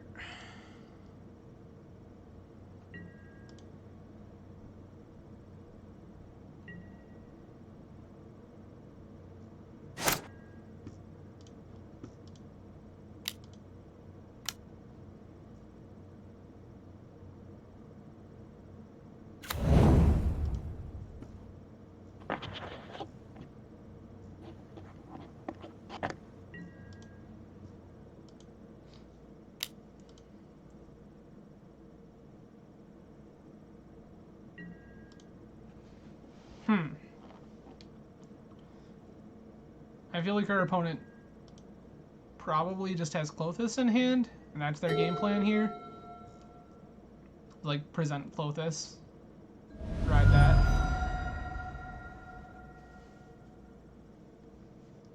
Which, like, I suppose, given what we've seen of their deck, it's pretty reasonable that they're just like, here's this 1-drop, that doesn't do anything, okay, here's this 3-drop.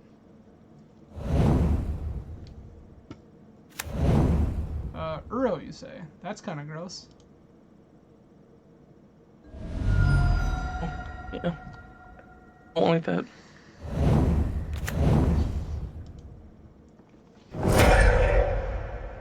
Definitely didn't see this in the previous game.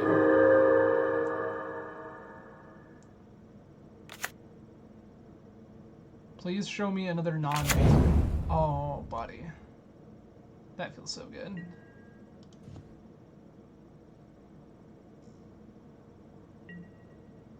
But also, yeah, not even Rug. They're like, oh, heyo. That's the card we wanted.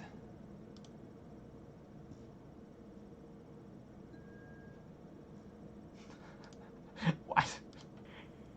Nice. Got him. Oh, that's hilarious. Cast Roiling Vortex. DRC trigger reveals Caracas. Nice Uro.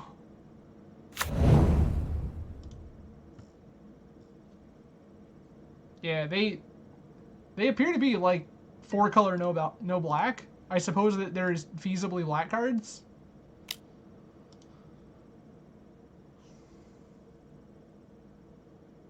This is hilarious.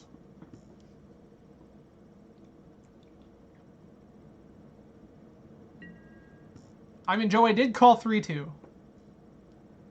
You're welcome to read our chat history. I did call 3-2.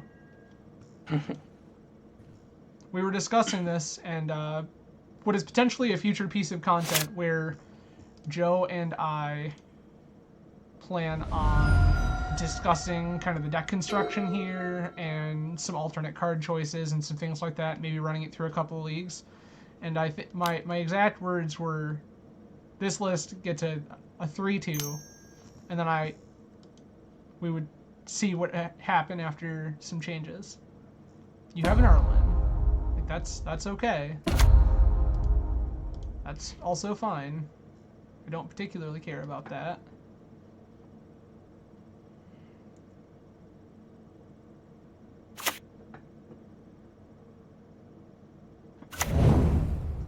Okay.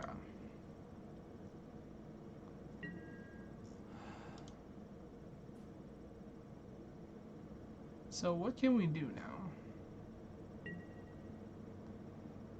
Can play this Caracas.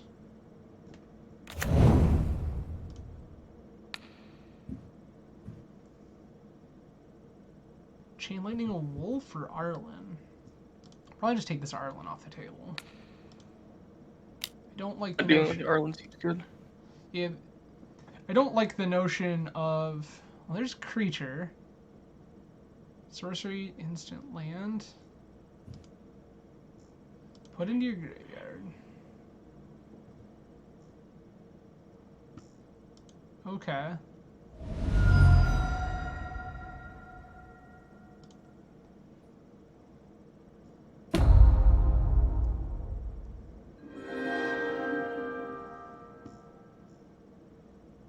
I might be able to just kill here.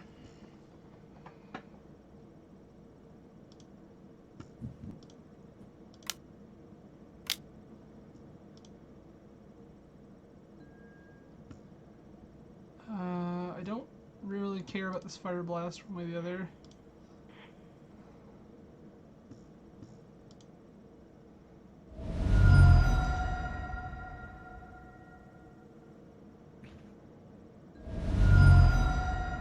And then if I Fire Blast them, turns on Dragon Rage Channeler, win target game. Target you. Sacrifice Mountain. Sacrifice Mountain. Win target game is some of my favorite words.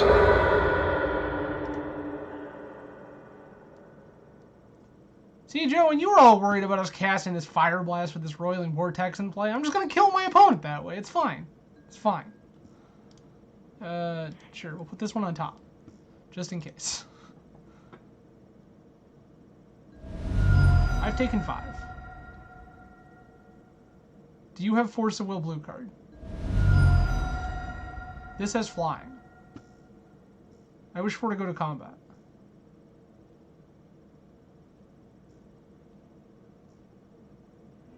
Nice!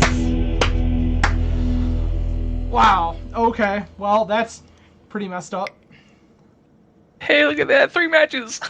Well, no, we still have one more because they won the first one. Forgot, you're right. Back to main configuration. I think I Got so excited. I think I want Leyline now. Because they've now shown... Uro? Yeah, Uro as well. Is the Searing Blood still good? Maybe. Could be. Cut Lava Spikes. Cut Lava Spikes. 3, 4. Other things I no longer want in my deck.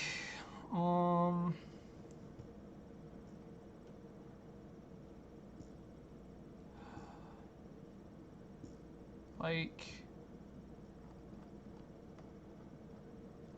what else can we be cutting here? I don't know, Joe. What do you think we cut? Cut a Rift Bolt. We could feasibly cut a Rift Bolt. Like, that seems totally fine. I could see, like, an argument to... Again, like, Bomat Courier keeps looking like the card that is questionable, but Joe says Rift Bolt, we're cutting a Rift Bolt.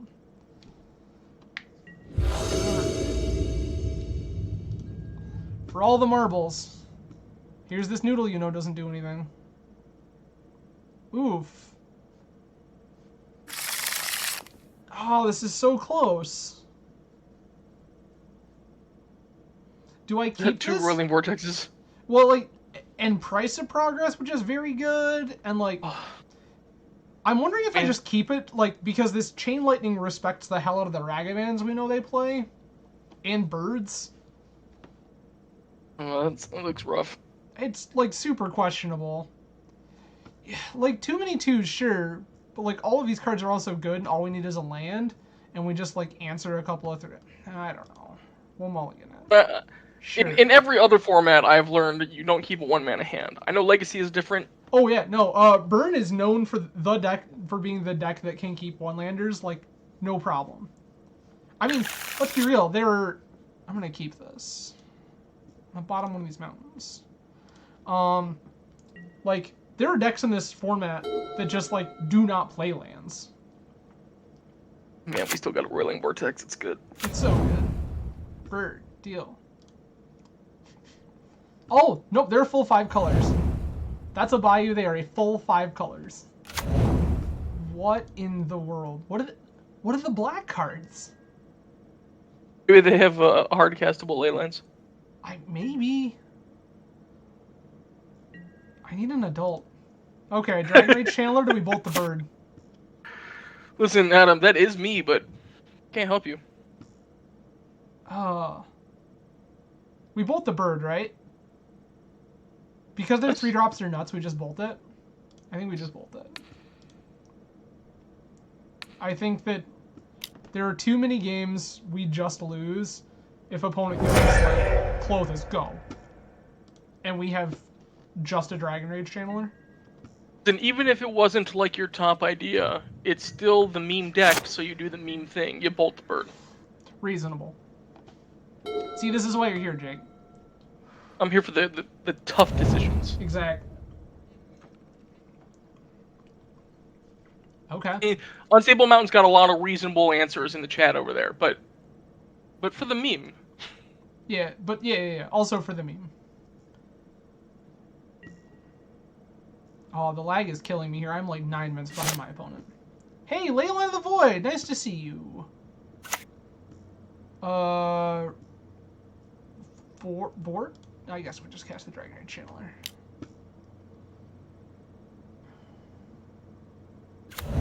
I want to start getting, like, pressure in play. Plus the Roiling Vortex lets us scry with Channeler. Just need Regavan to connect twice, get 2 treasures, Hardcalf, Slayline. Yeah, there we go. There we go. We've got a plan.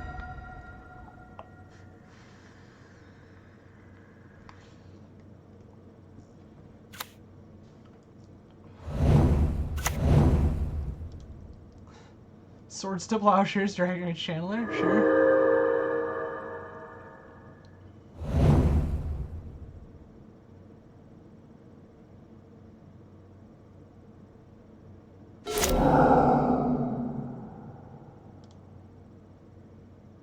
I don't understand, but that 1 life is going to be everything for us. It might be. I mean, it's not a... I have free cast a Fire Blast into my own Roiling Vortex. Like, I will do it again. It's true.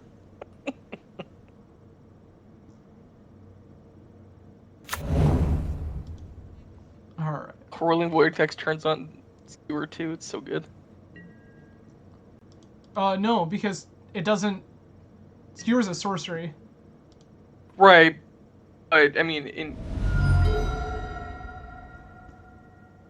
still turns it on in your turn, right? No, because it deals damage to us on our turn.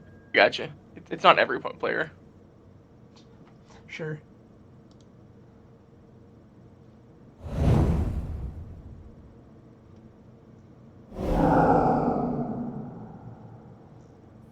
Not again. No, those bastards. So, they removed that now.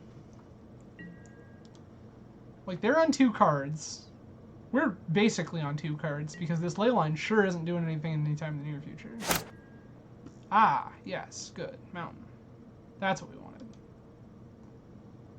It's kind of like a Regavan. If you look real close. Here it is.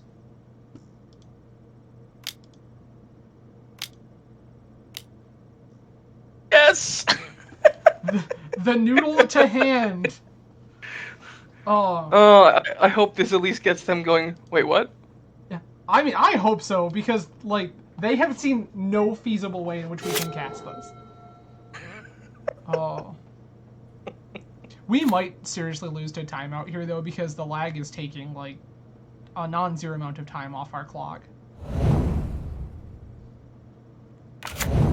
Knight of the Reliquary, you say? Sure. I understand. It's not a thing that I wanted to happen, but it's a thing that is happening.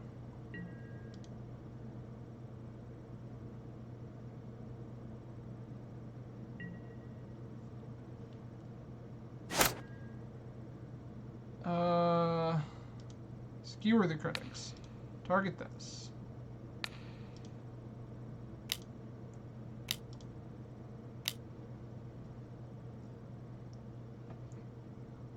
Wasteland his own wasteland here, or one of his own things to. Yeah, they're gonna wasteland one of their own lands.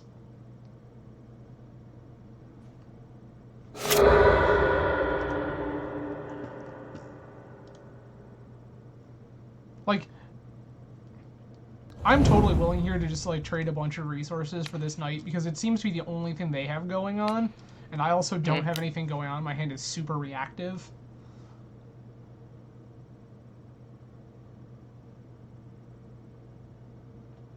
Do it! Do it, you coward!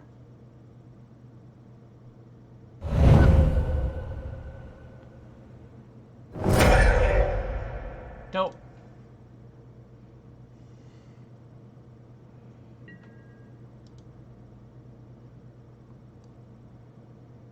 Like, you wastelanded yourself, and I get a thing. This is all great. I'm here for it.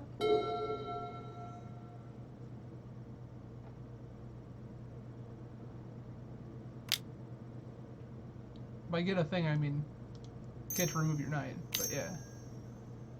Sure. That's bad. I guess that's not actually that bad, is it? They just get another knight. I guess maybe they get Clothis here? That would be unfortunate.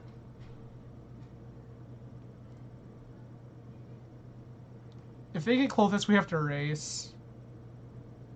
If they get Knight of the Reliquary, I just have it covered with this Fire Blast. Nice. Got him.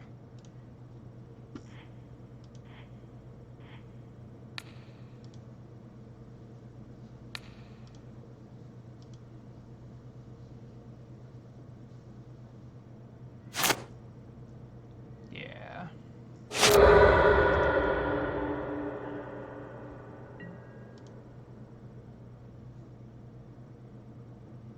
Yeah, I'm thinking the lag is going to catch us here. Jeez, I didn't realize we were so low in time. Yeah, it's 6 minutes. Like, we could still definitely do this. Like, they're taking 8 off this price of progress. Like, we can draw some cards. More of those. Yeah. Then play another non-basic, and we draw another one. I mean, that's the world we want to live in. But in our 68 remaining cards in library, I feel like there's a couple more price progresses in there. There might be. You might be right. Somebody want to call Frank Karsten for me? Like, oh, they did play another non-basic. So the price does just kill here if we draw it. Get a tap out too, or at least tap the wastelands.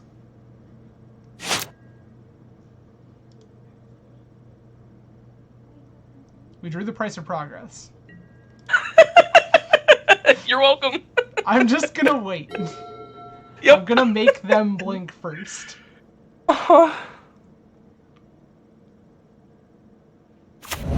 Welcome for that called top deck. Oh, buddy. They just put a third wasteland. Oh no. I mean, I guess if they wait, like, I think they're trying to time us out at this point. If I'm being perfectly honest, it feels like they're just trying to time us out because they see that we're so low on clock. But, like, I think that we're very likely to win this. You just pass and then end a turn bolt, then when it comes back to you, you do things you need to. Yeah. We just need a couple of burn spells. Or for them to tap those wastelands. Come on, Flying Whale, this is the turn to oh, that's gonna draw a card. Enter to the battlefield, draw a card. Sure. Okay.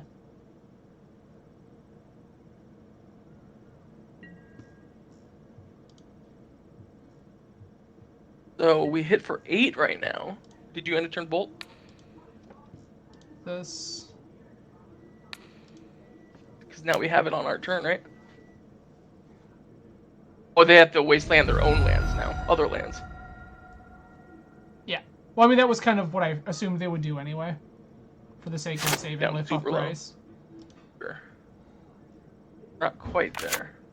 No, we're not quite there. You can take a 4 hit from them. The problem is they gain 4 life off the first land they play. It's true. So. I just use them to tap some mana.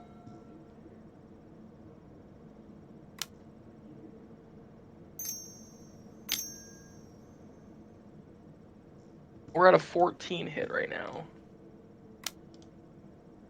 Tapped a wasteland. They did. Make them figure it out. I love it. Because they gain too much life here otherwise. 1. 6. Yes. They self-nuked that land? They're gonna take 6. They're gonna gain 3 off of the Uro. Correct. And another 4 off of the land they get. If they get a land. I guess they only have 1 card in hand. Oh, they did that backwards. They're at 4. So Fire Blast is lethal. It's a progress. I feel it. Here it comes. Any of these things is fine. That's a Ragavan. They can have the Leyland off the top if they want it. Correct, correct.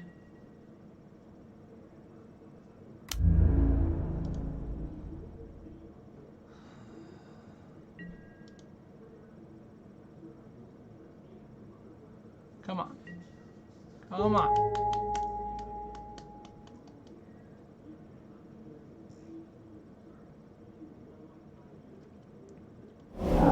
What do we got?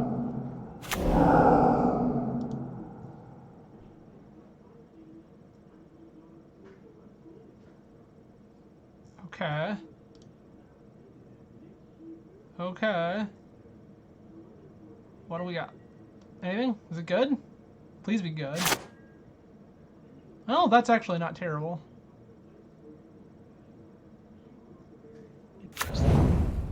We can force them to have to play the thing again. Yeah? Bounce back in their hand before they can play land, though, right?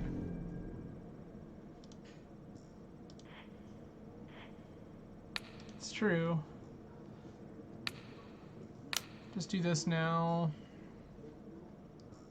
Oh, If they drop Monkey back out, it's not that big a deal, but if they drop it's out again, then they expend all their mana doing so. Correct. But I mean, it does draw them a card, which potentially could be the land that they need. Like, there's... It's getting precarious, but we still have enough cards that just, like, get us out of this. My favorite part about having Caracas is we can almost cast Yorion with Caracas. Oh, they put an Uro into play. Just need a treasure. That's not good. Yeah, like, they're gonna go to 7. I'm gonna make them pick this up, too.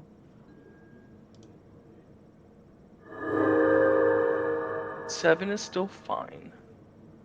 If they drop a non-basic here and we drop Price Rise. I'm out for it, if you can't tell. I mean, that's basically a non-basic.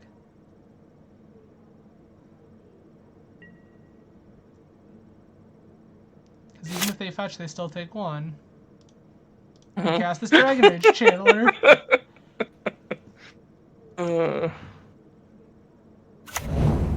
Dragon Channeler, you're not quite what I'm looking for, but you're not the worst thing.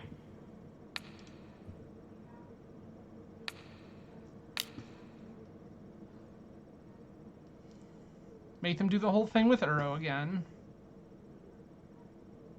Like, we don't have a ton of time for this. Instant sorcery land. I don't have a creature in there. That's funny. No, we don't have a creature in there. So, like, yeah, like, if we can scry, like, a Bomat Courier or whatever away, like, this becomes a real threat, which is very good for us. But, like, what happens when it's a Roiling Vortex on top? Do we scry it away or do we keep it? It depends on what it is that lets us scry. Sure, if it's Surveil is what I'm thinking. Yeah, correct. It lets, yeah, it depends on what we the cast, thing that caused right? it is. Sure. Because, yeah, like, if we're just, like, Fire Blast you, and then we can put a Vortex or whatever in the bin, we just do that. Because then they're dead over the course of 2 turns. Because this, like, Uro cannot come back too many more times. So they're gonna go to 10.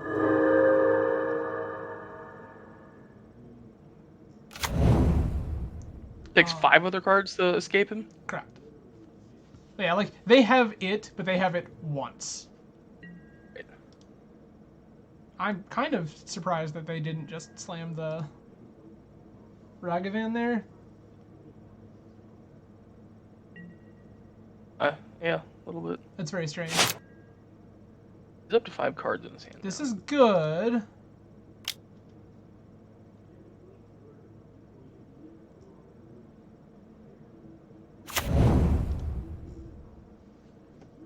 going to attack with both of these things.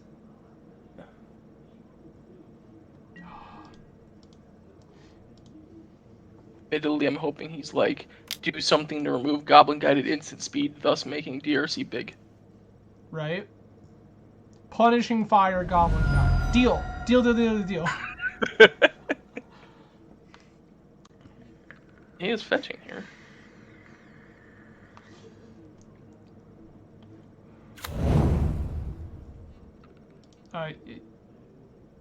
Okay, I guess.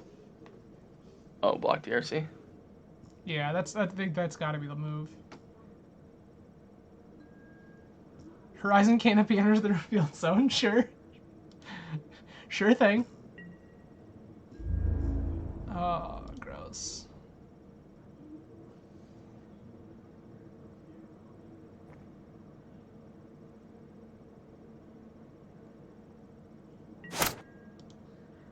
On the bright side, the next DRC we get's online. It's true. Yeah, unfortunately, the Magic Online lag is just gonna kill us here because I think this match is very much ours. Under a minute now is what I'm looking at. Oh, already at 24 seconds. Yeah. Like, we could still kill. It's still within the realm of possibility, but it not looking great.